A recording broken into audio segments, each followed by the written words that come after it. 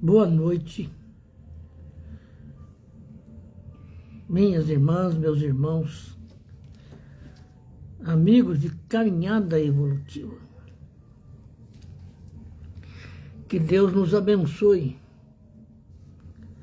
sempre.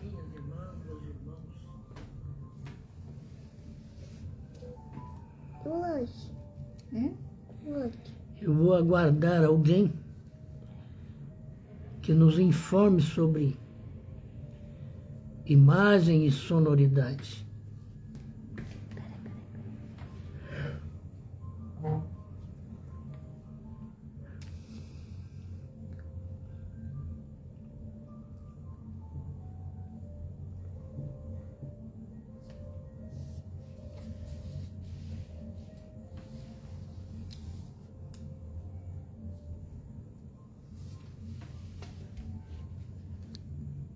Bem,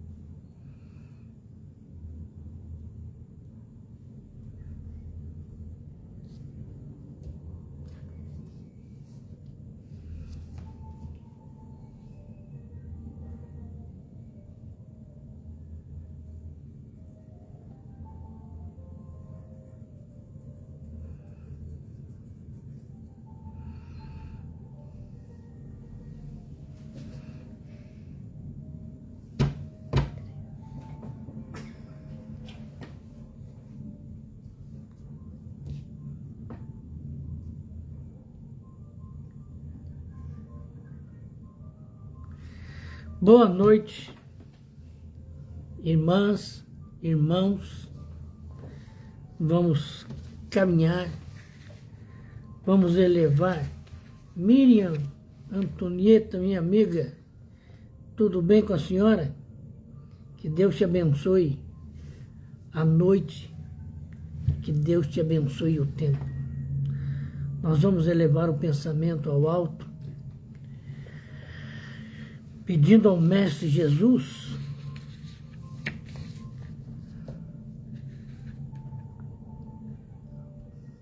que ilumine o pensamento e o coração para que o nosso aprendizado seja de bom proveito.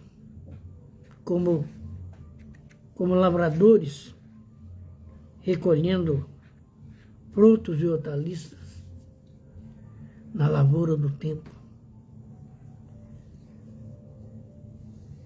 Vibremos então por esse nosso mundão que ora parece periclitar nas mãos da ambição, nas mãos do desequilíbrio, nas mãos do despreparo espiritual de grande parte da humanidade, a gerar dores e sofrimentos. Vibremos, pensemos em todos os continentes. Pensemos nas nações e seus filhos. E abramos o coração em oração, qual se estivéssemos abraçando cada criatura, pedindo a Jesus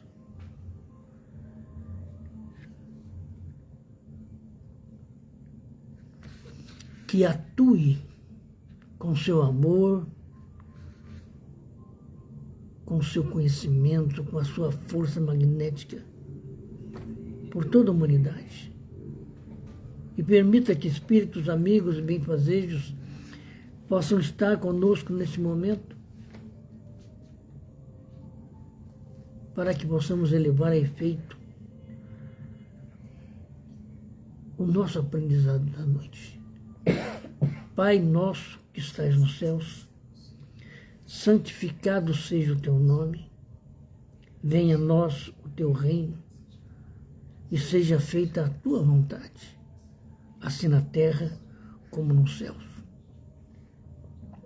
O pão nosso de cada dia dai-nos hoje, perdoa-nos, Pai, as nossas dívidas, em medidas iguais a que perdoarmos as dívidas do próximo.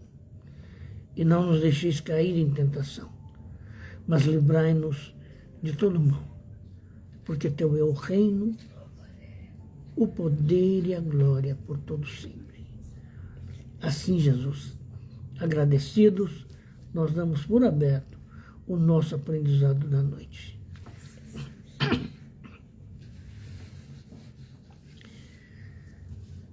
Boa noite, minha amiga Miriam Antonieta. Nós vamos falar hoje sobre pensamento e emoções. O título do nosso aprendizado hoje é Cabe ao pensamento educar as emoções. Porque o pensamento é o agente que pode conduzir as emoções com proficiência, ou seja, com competência, capacidade, mestria. Olha, o poder que nós temos na alma ao nível de pensamento. Ele pode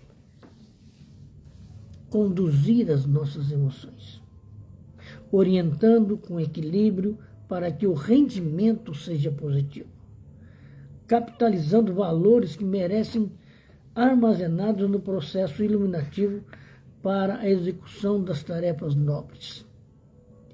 Então, observemos, por exemplo, o trabalho dos irmãos médicos, principalmente cirurgiões, que no momento de executar uma cirurgia tem que ter um controle emocional fora de série. E ali, naquele momento, ele trabalha apenas com o pensamento. Por isso que as pessoas acreditam que o médico é frio, ele parece não prestar atenção nas pessoas, mas ele tem que ter um controle muito grande, intenso, profundo, abrangente, no que tange a execução de uma cirurgia, né? Então, esse esforço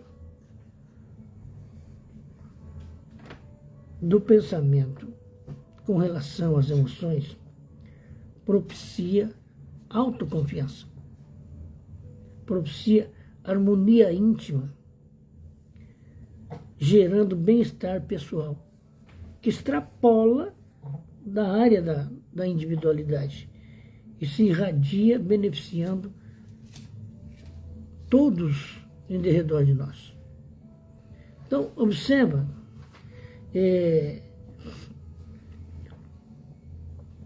retornando ao exemplo do médico, se ele está fazendo a cirurgia e por um deslize da segurança, um parente daquele que está sendo cirurgiado entra e começa a chorar. Ele, médico, tem que continuar sob controle. Ele simplesmente não pode dar atenção à emoção desencontrada, desequilibrada dos outros. E isso em termos práticos. Porque, de fato, nós não conseguimos bloquear as nossas emoções ou viver sem elas. Nós podemos controlar. Nós não conseguimos, por exemplo, e nem pretender ignorá-las ou esmagá-las. E é empreendimento inócuo, vazio, senão negativo, tentar ignorar as nossas emoções. Toda emoção ou desejo recalcado reaparece com mais vigor nos momentos mais imprevistos. De repente, a pessoa sofreu uma perda, por exemplo, de um ente querido. E aí ela quer mostrar para a sociedade que ela é forte, que ela manda as suas emoções, que ela domina tudo, e ela faz um esforço danado e não chora, e não manifesta tristeza, e não manifesta nenhum tipo de emoção que possa demonstrar que ela está sentindo aquela perda. Passa aquela ocorrência, o corpo é sepultado, ela volta para casa, ela pode até passar alguns dias controlando. Mas quando derramar, sabe, um gatilho qualquer, por exemplo, um neto que chega correndo, chamando pela avó, ou chamando pela tia, conforme a relação que a pessoa tiver com alguma criança que entra. Ela associa que aquela criança perdeu muito mais do que ela. E aí abre a boca a chorar. E depois, para controlar esse choro, tem que deixar extravasar tudo. Por isso que o nosso amigo Manuel Filomeno de Miranda nos orienta no sentido de que precisamos aprender a conduzir essas emoções, que são nossas, né? Que não é feio chorar, não é feio até entrar em desespero em determinados momentos, não é feio ou deselegante ter alguns momentos de raiva. O que não pode é ter uma raiva o tempo todo. Emmanuel, se não me falha a memória, ele diz assim: nós temos direito a 1 minuto de raiva. É suficiente. Parece pouco, né? Mas, em se tratando de um sentimento negativo, 1 minuto é muito tempo.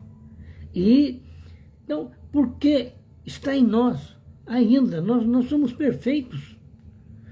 O nosso estado evolutivo ainda permite determinados sentimentos, porque nós não conseguimos controlá-los sem que eles afetem o nosso equilíbrio.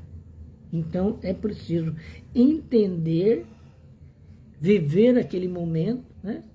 E para poder ter esse controle, para poder conduzir. Por isso que cabe ao pensamento educar as emoções. Porque nós vamos perceber como vai crescendo as nossas emoções. Né? O Divaldo Franco tinha um exemplo magnífico, né? Que ele diz que a sensibilidade mediúnica dele e a sensibilidade geral tinha como se diz, ele causava alguns problemas. Por exemplo, se ele fosse a um velório, ele chorava mais do que a viúva. Se ele fosse um casamento, ele se emocionava muito mais do que a noiva. É claro que ao longo do tempo ele vai aprendendo com orientação espiritual, com o trato com o aprendizado, porque ele vai escrevendo, ele tem que ler, ele tem que pesquisar, ele vai aprendendo a conduzir esses sentimentos. E tem uma passagem também que ele conta, que nós já colocamos aqui uma vez, e vamos repetir, porque cabe dentro do assunto, que Joana de Ângeles o leva para ele visitar um amigo desencarnado. E quando chegam ao ambiente, Joana fala para ele, silencia. Ele chega, inclusive, a ficar meio que magoado com Joana. Ele pensa consigo, caramba, será que ela pensa que eu sou criança? Que eu não sei me conter? Que eu não consigo me controlar? Quando ele vê o amigo, ele faz assim, esse descontrolou tudo. Joana olha para ele e diz assim, eu não disse que era para fazer silêncio. Porque o nosso pensamento tem uma sonoridade. A sonoridade da nossa moral, dos nossos encantos, a sonoridade dos nossos estados psicológicos. Por isso que aquele que tem, por exemplo, alguns, vamos dizer assim, eu não digo dom, alguns, de vez em quando, a criatura consegue pescar o pensamento do outro. Sim, no campo da telepatia, por exemplo. Né? E ela fala, fulano, você está triste. Cicrano, por que você está pensando nessas coisas? Então, porque o nosso pensamento está extravasando os nossos sentimentos. Valdemar, boa noite. Então, nós precisamos aprender a controlar as nossas emoções. A emoção, no ato da criatividade, ela é fundamental. O artista, seja ele de qual área for, o escritor, ele tem que ter um controle, inclusive, muito grande, porque ele vai escrever sobre coisas, né, sobre pessoas, sobre a história de um país. Então ele tem que ter esse controle. Senão ele vai ficar escrevendo e chorando, escrevendo e chorando. Imagina, por exemplo, né, médiums que escreveram livros aí fundamentais, grandiosos. Né? Por exemplo, Ivone do Amaral, quando escreve Memória de um Suicida, ela é levada à convivência com o suicida, porque ela também foi suicida por 2 vezes, e ela vai enxergar a situação do outro e aprender a controlar os seus sentimentos, a controlar as suas emoções, né? Depois de escrever, quem leu Memória de um Suicida percebe, por exemplo, a criatura, Camilo Castelo Branco, atira no ouvido, dá um tiro. Imagina o calhamaço de emoções desencontradas que ele gera por causa daquele ato. E, enquanto está escrevendo, Ivone do Amaral está vendo, sentindo tudo aquilo. E aí, é o que nós estamos colocando. Você vai assistir, por exemplo, os médicos residentes, que vão assistir um grande cirurgião fazer uma cirurgia, como se diz, de alta monta, vamos dizer assim. Esses médicos residentes têm que assistir e ficar o tempo todo sob controle. Porque o médico, o cirurgião, vai passar o bisturi aqui, acolá, vai rasgar, vai aparecer sangue. E a pessoa que está sendo cirurgiada, porque anestesiada, não está sentindo nada. Os médicos residentes podem se envolver com aquilo e não devem sentir o corte do bisturi. Então, observa que em todas as situações da vida nós temos que ter esse controle. Nós já assistimos a alguns vídeos na internet que o pai vai ver a sua esposa dar à luz. Quando coroa, como se diz, né, a cabecinha da criança aparece, ele simplesmente desmaia, cai, sabe? Então, causando alguns transtornos. Porque enfermeiros, técnicos, tem que ir lá segurar ele e às vezes até tirar do ambiente, porque ele descontrolou e pode perturbar a parturiente, perturbar a mãe que está ali dando a luz. Então veja aqui, olha, por que nós não podemos, como se diz, recalcar as emoções? Nós temos que substituir os interesses negativos e viciosos que por outros de caráter mais gratificante, quão duradouro. É o primeiro passo para aprender a conduzir as próprias emoções, né? Nessa luta de renovação moral e educação emocional. Nós temos que aprender a substituir. Nós vemos alguma coisa ruim, né? Um acidente, um desencontro, brigas.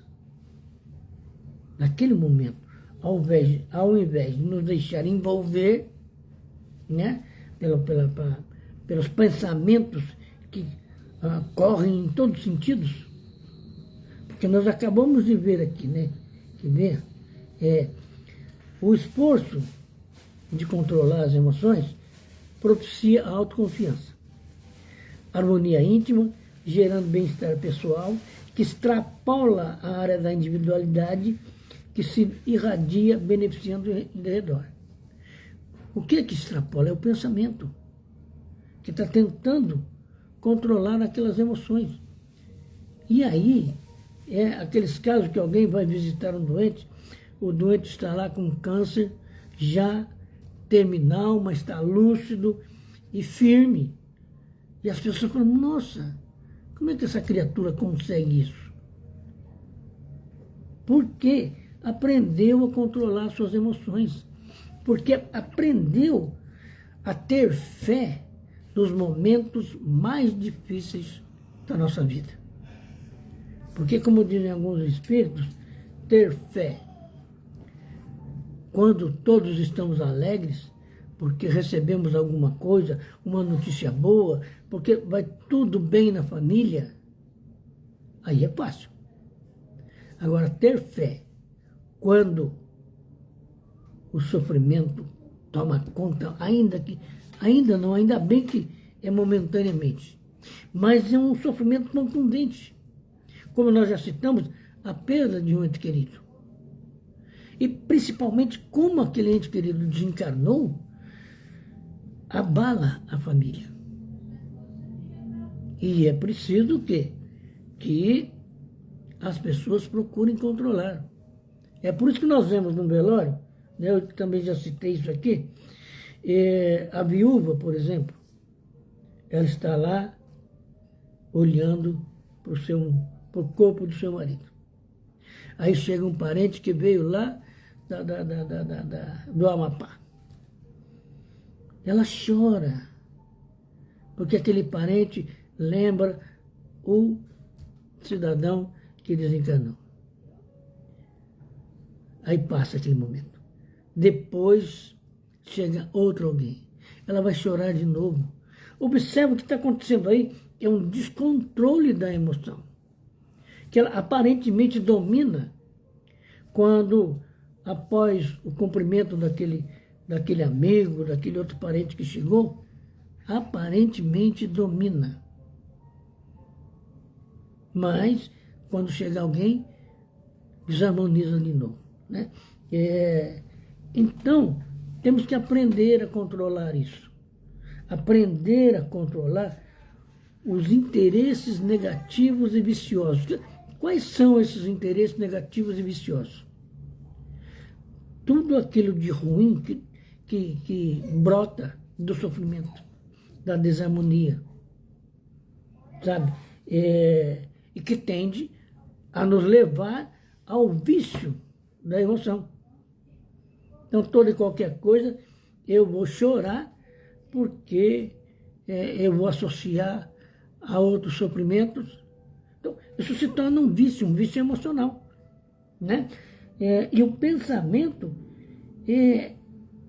a gente tem que entender que ele é a força maior que nós temos em nós. Ele porque ele é capaz de conduzir. Observa aqui, ó. Vou ler esse trechinho aqui. Tendo em vista que o pensamento atua no fluido que tudo envolve, é o fluido universal. Pelo seu teor vibratório, produz sintonia com as diversas faixas nas quais se movimentam os espíritos, na área física ou na erraticidade, estabelecendo vínculos que se estreitam em razão da intensidade mantida. Então, observa assim, vou continuar com o exemplo de que alguém desencarnou. Então, tá muita gente em torno do caixão, os espíritos que cuidam do socorro, do amparo, que às vezes vão lá trabalhar para ajudar a criatura a se desenlaçar do corpo, né? A choradeira, o desespero, a reclamação, sabe, atrapalha, porque o recém-desencarnado vai sentir isso. Ele pode não sentir em termos de ouvir, mas como nós estamos vendo aqui, ó, o pensamento atua no fluido universal. É por isso que o poeta, o escritor, né, o artista, recolhe coisas e cria coisas porque ele sente essas coisas e traduz. E por que a outra pessoa não traduz? Porque é preciso desenvolver a sensibilidade e aprender também a educar essas emoções, né? Para que possa levar a efeito a sua criação, né? Sim, Valdemar, a emoção é importante, mas é preciso ter controle. Nós passamos esse período de pandemia por mais de 700 mil mortes. Imagina, ou pelo menos tenta imaginar, boa noite, Maria Gomes, as vibrações mentais de todos aqueles que perderam entes queridos. Entes queridos que foram levados às pressas, à correria para os hospitais e não voltaram mais. Eu vi algumas reportagens internacionais. Em Cuba, por exemplo, As pessoas saíam com aquele que estava contaminado com o Covid, saía arrastando e deixava para o meio da rua. Imagina as emoções que percorrem a alma dessas criaturas. Então, é preciso haver esse controle. Por isso que Manuel Filomeno coloca, cabe ao pensamento educar essas emoções. Educar no sentido de que a pessoa não se desequilibre, porque está acontecendo isso ou está acontecendo aquilo. Né? Então veja aqui. Essa energia fluídica, recebendo a vibração mental, assimila o seu conteúdo emocional e transforma-se de acordo com as moléculas absorvidas, criando uma psicosfera sadia ou enfermiça, em volta daquele que a emite e passa a aspirá-la, experimentando seu efeito conforme a qualidade de que se constitui. Por isso que nós chegamos em determinados ambientes e falamos, nossa, esse ambiente está pesado. O ambiente em si não está pesado. O que está pesado ali são as vibrações mentais. Eu tive uma amiga, não foi amiga, foi uma prima minha que foi para Ouro Preto, e ela disse para mim, Ademar, você chega lá, ela chegou a conversar com parentes, esqueci o nome da... Se eu lembrar até o final, depois eu vou pesquisar e semana que vem eu falo com os senhores. Porque o negro sempre cultivou a oralidade, porque há muito tempo atrás não tinha livros. E o negro escravizado não tinha condições de escrever. Então ele passava todas as experiências através de conversa. Esse é o sistema oral, né? E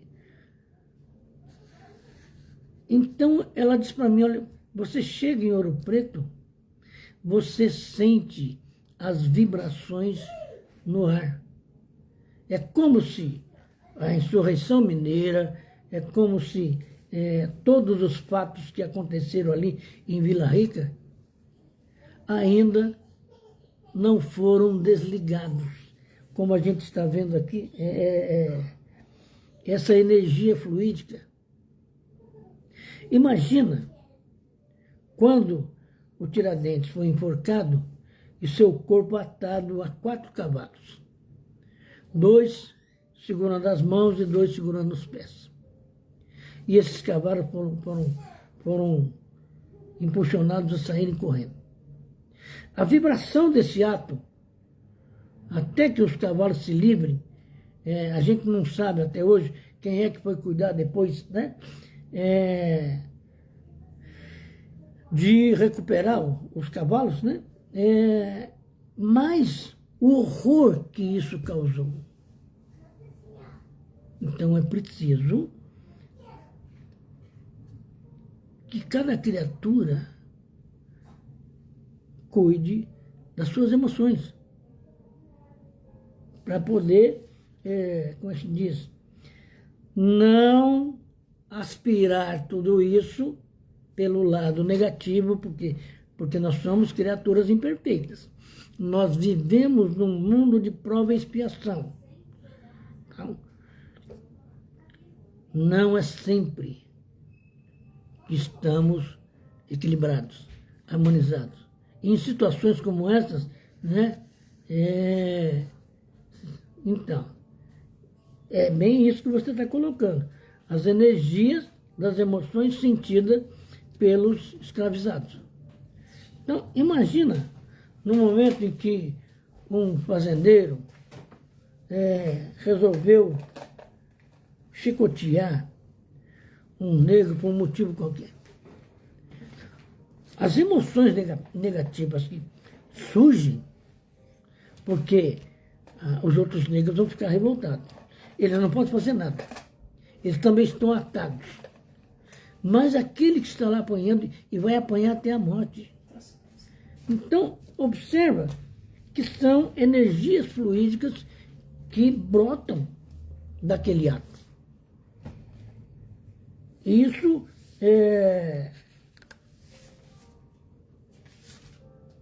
hoje, com um pouco mais de educação, com um pouco mais de gentileza espiritual, né? Nós já não criamos muitos problemas, né? Agora, pensemos, nós estamos, a gente vê isso acontecer, para dar um exemplo mais perto de nós, em campos, estádios de futebol. A vibração ali é extremamente, como é que eu digo para vocês assim, contundente. E ocorrem crimes, ocorrem acidentes, conforme os clubes que estão jogando, exatamente por essas vibrações, pela emanação mental. Então, é importante, hoje, graças a Deus, com a presença do Espiritismo no mundo, nós aprendemos muito a controlar os nossos pensamentos. Nos primeiros instantes, até por medo, né? Porque eu vou ficar quieto, porque eu posso sofrer uma influência espiritual, e ocorre. Agora, observa aqui, olha. Quando o episódio, como um campo de futebol, nos momentos em que os cemitérios do país todo estavam enterrando corpos, quando há uma tragédia coletiva, olha o que acontece. Quando o episódio é de largo trato,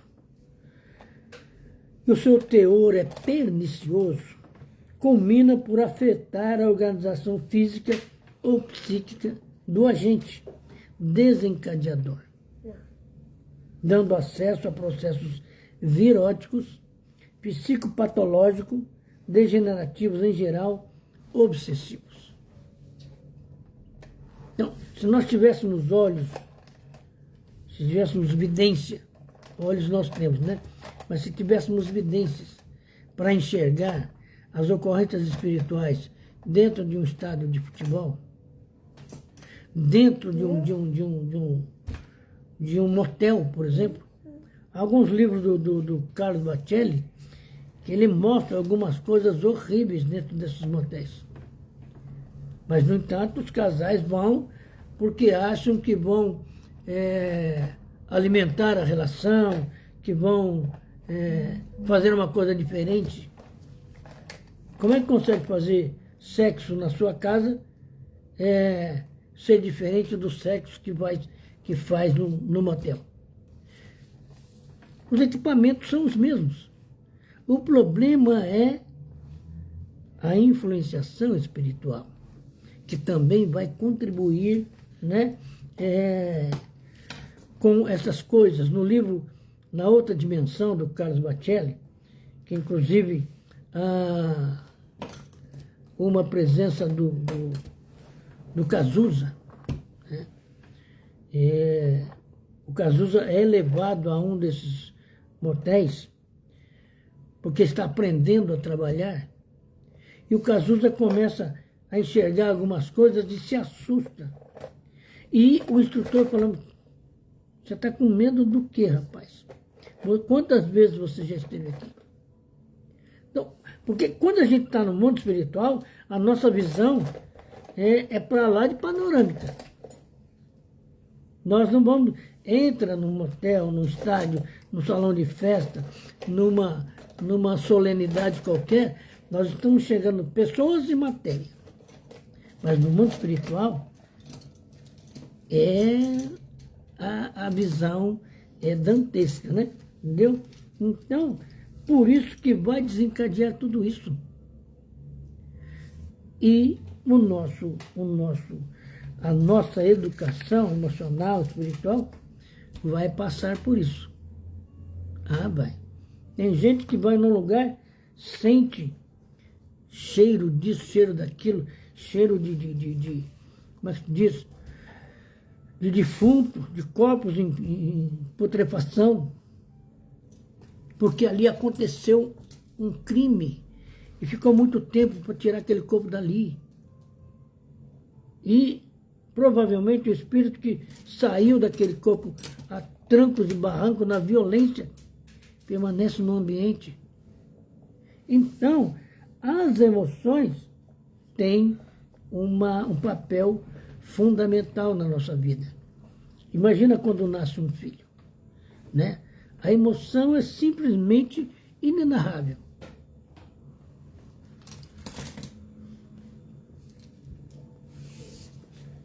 Porque chegou alguém de um tempo que a gente não sabe e que veio para viver com a gente. Que nós vamos descobrir aquela criaturinha ali, que vem fazer uma outra experiência de vida.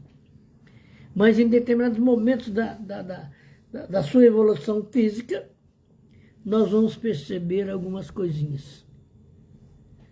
Que às vezes nem é aquele que nós estamos, como se diz, imaginando. Olha, o meu bisneto Noah está aqui, ó. De vez em quando ele faz umas carinhas que parece o meu filho Eduardo. Sabe? Ele chegou agora. Ele está com 4 anos de idade. O Eduardo foi embora em 2012. Nós não podemos associar. Nós vamos ver alguma coisa, porque provavelmente o Noah, como o Eduardo, pertence ao mesmo grupo espiritual. E aí, por afinidade, às vezes até por como se diz, influência de um para com o outro, nós herdamos algumas coisas. E trazemos isso para o mundo físico, né? Entende? Então, o pensamento disciplinado cabe a árdua tarefa de educar as emoções, gerando fatores de saúde, pois contribuem para a harmonia interior, dando margem ao surgimento dos fenômenos de paz. Começa uma discussão entre pessoas, o que é que nós temos que fazer? Silenciar. Colocar o pensamento num padrão de vibração diferente de tudo aquilo que está acontecendo. A despeito da barulheira, a despeito de xingamentos, a despeito de um monte de coisa. Nós temos que aprender a utilizar esses instrumentos. Porque veja bem aqui, nós já estamos com o tempo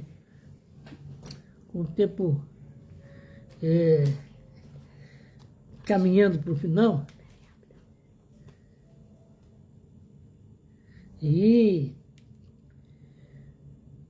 Mas vejamos aqui, eu fui buscar algumas coisas no livro Pensamento e Vida, do Emmanuel, né? E tem algumas lições lá, por exemplo. Qual é o espelho da vida? A mente é o espelho da vida em toda parte. Nos seres primitivos, aparece sob a ganga do instinto. Nas almas humanas, surge entre as ilusões que salteiam a inteligência e revela-se nos espíritos aperfeiçoados por brilhante e precioso a retratar a glória divina. Então, a mente é fundamental. E onde é que moram os nossos pensamentos? Na mente, né? A emotividade plasma em todos os domínios do universo.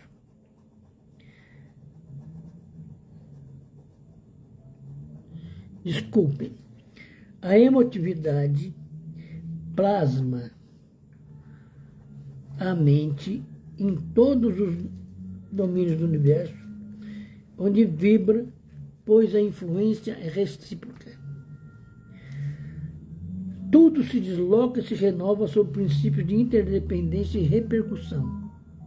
Interdependência e repercussão. Por que interdependência? Porque nós, num processo de relacionamento com tudo e com todos, geramos essa interdependência. Quando nós estamos aqui como filhos, até que a gente assuma a nossa personalidade, estamos dependendo de pais. Quando nós vamos para a escola, estamos dependendo de professores. Quando nós estamos na faculdade, os mestres. Quando entramos em alguma empresa, o patrão, os chefes. Então, há interdependência em tudo. Nós vamos relacionar a nossa capacidade profissional com aquilo que estamos vendo no ambiente, né? E vamos viver com essa interdependência e, como é que se diz? A repercussão. A repercussão do que somos, da nossa personalidade, que vai aparecer no trabalho que nós fizemos. No trabalho que nós fazemos cada dia. Com o nosso sentimento de caráter, de moral, de ética. Olha, foi fulano que fez isso. Dá para ver que ele sabe concluir, que ele busca enriquecer. Observa? Hein? Então veja aqui. A atitude e a palavra que o reflexo esboça a motividade. A ideia determina e comanda as ações. Ora, se a ideia determina e comanda as ações, motivados por sentimentos estranhos àquela ação que devemos executar, nós podemos estragar essa execução. Porque estamos motivados por sentimentos negativos. Agora, motivados por como se diz, sentimentos bons, como um vídeo que eu vi, não era um vídeo, não era uma informação, em que alguém falou para um garoto que estava levando o irmão dele nas costas, falou para ele assim, está pesado carregar o seu irmão? E ele falou assim, não, o meu irmão não pesa, porque ele ama esse irmão. Quando a gente ama, o peso, o esforço, nada disso atrapalha. Nada disso é cansativo.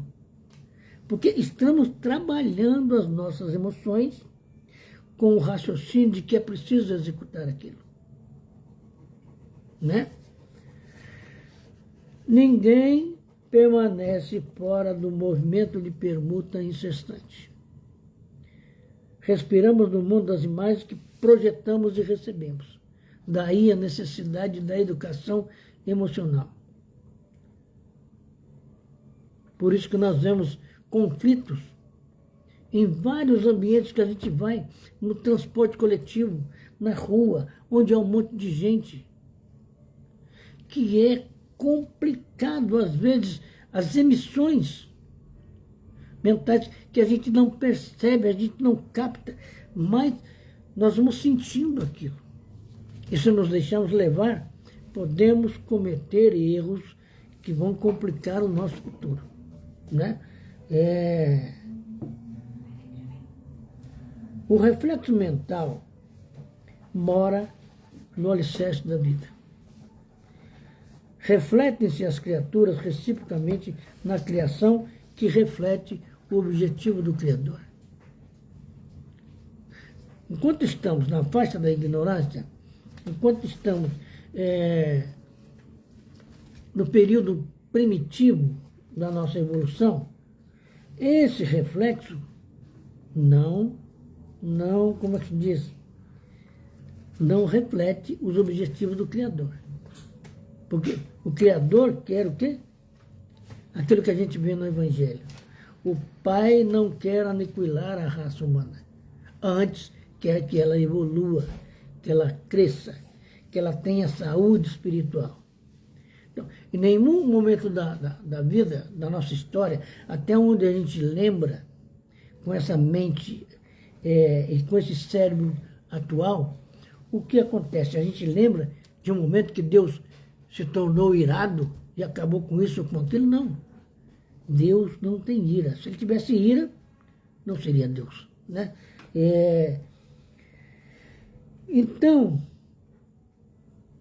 quando nós procuramos olhar o Cristo, uma coisa que sempre me impressiona é a caminhada do Cristo desde a condenação com aquela coroa de espinho e aquele enxame de gente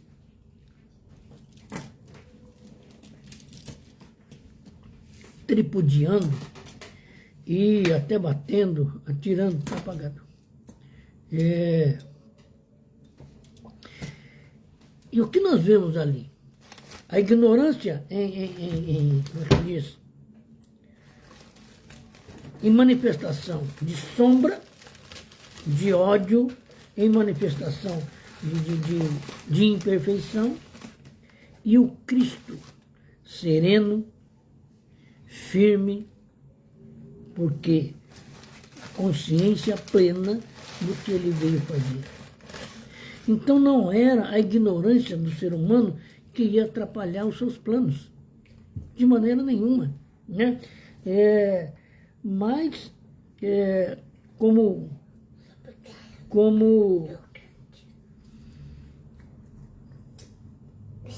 Sócrates, né? Quando foi condenado, em que a mulher dele foi lá e disse, estão dizendo que é injustiça. E ele simplesmente responde, mas você queria que fosse justo?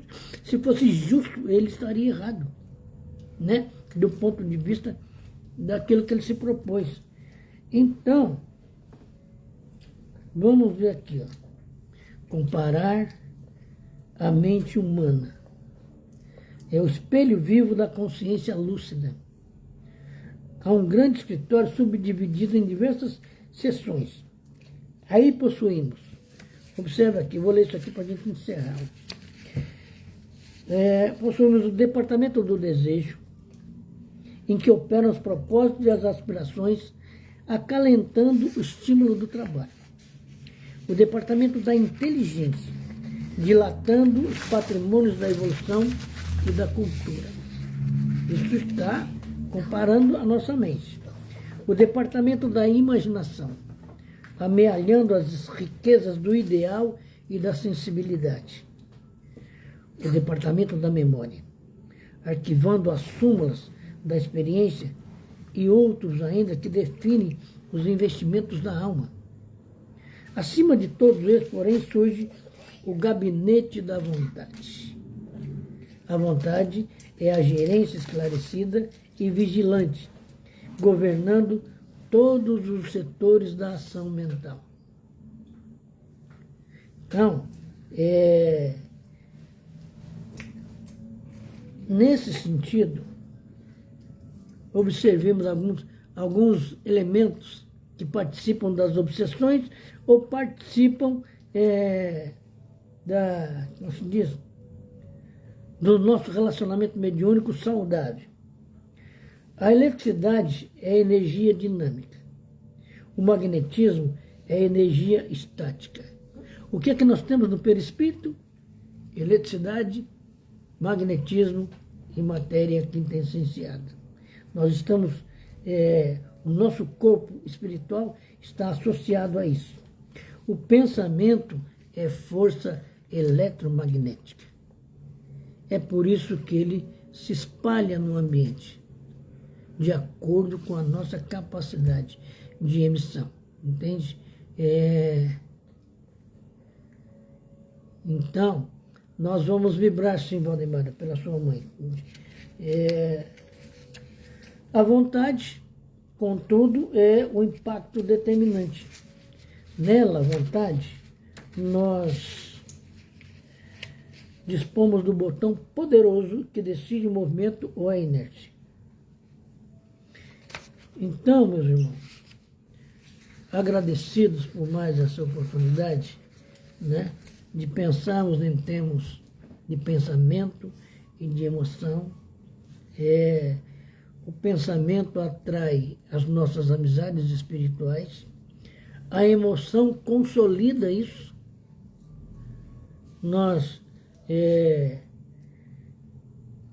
Basta pegar alguns livros da obra do André Luiz e vai observar como o pensamento, como as emoções refletem o que nós somos. As nossas ações, os nossos objetivos, as nossas quedas e as nossas vitórias, né? Então, vamos agradecer ao Pai por mais essa oportunidade. Vamos agradecer a Jesus, que mostrou-nos o caminho, né? O caminho, a porta estreita. E eu acredito que a maior dificuldade que nós temos é de enfrentar a porta estreita. A porta estreita revela a nossa imperfeição, né? Então, vamos vibrar por esse mundão, pela mãe da nossa amiga Valdemária, que ainda está sentindo muitas dores, né? Vamos vibrar para que o Cristo, enquanto médico, enquanto espírito de superioridade máxima, possa acalentar essa irmã, envolvê-la em fluido positivo, diminuindo a ação da dor, propiciando a recuperação necessária.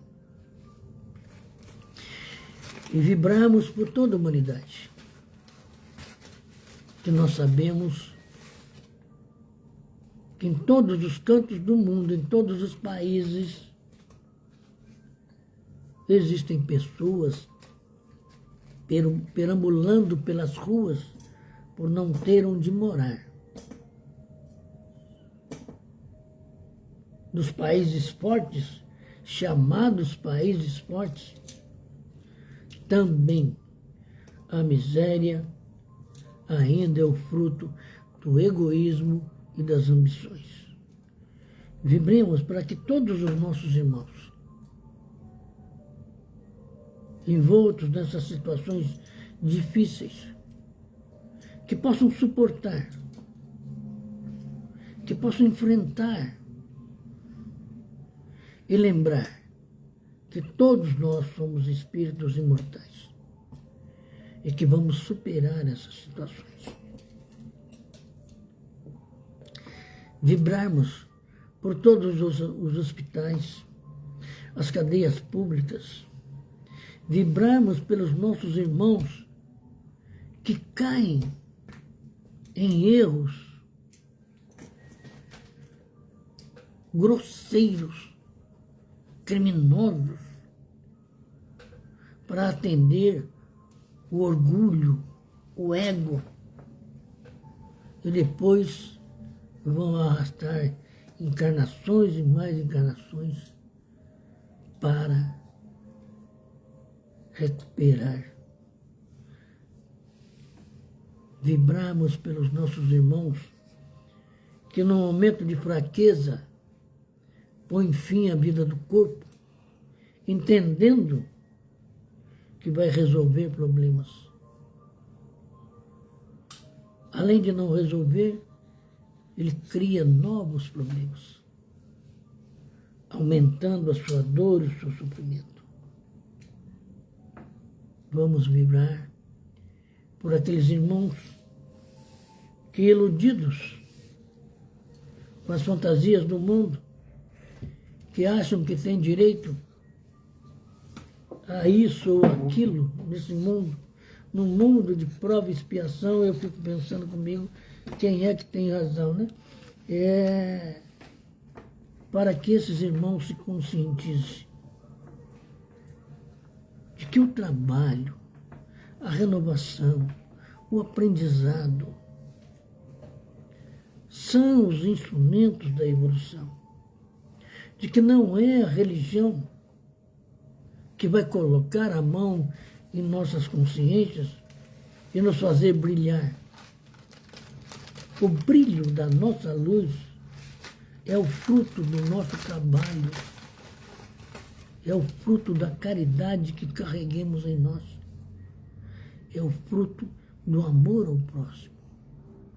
Assim, abramos o coração em oração para agradecer a Deus pela vida, agradecer a Jesus pela luz semeada, agradecer a Allan Kardec, Leon Denis, Gabriel Delany, que fizeram dessa doutrina o facho de luz que ninguém apaga, que nos propicia enxergar os caminhos da evolução. Agradecer também aos espíritos tutores e orientadores que nos ajudam neste momento de aprendizado. Pai nosso que estás nos céus, santificado seja o vosso nome. Venha a nós o vosso reino e seja feita a tua vontade, assim na terra como nos céus. O pão nosso de cada dia nos dai hoje, Pai. Perdoa as nossas dívidas, em medidas iguais a que perdoamos as dívidas do próximo.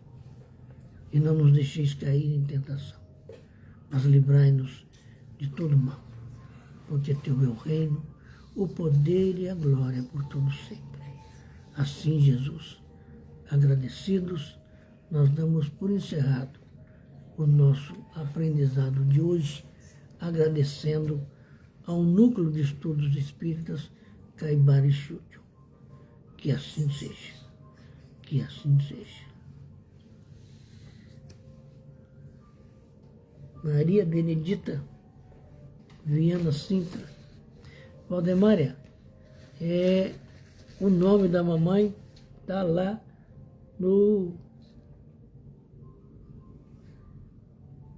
na página de vibrações do Caibara Estúdio, viu? Assim como todas as outras, todos os outros nomes. Que Deus abençoe a todos nós. Nós vamos encerrar por aqui.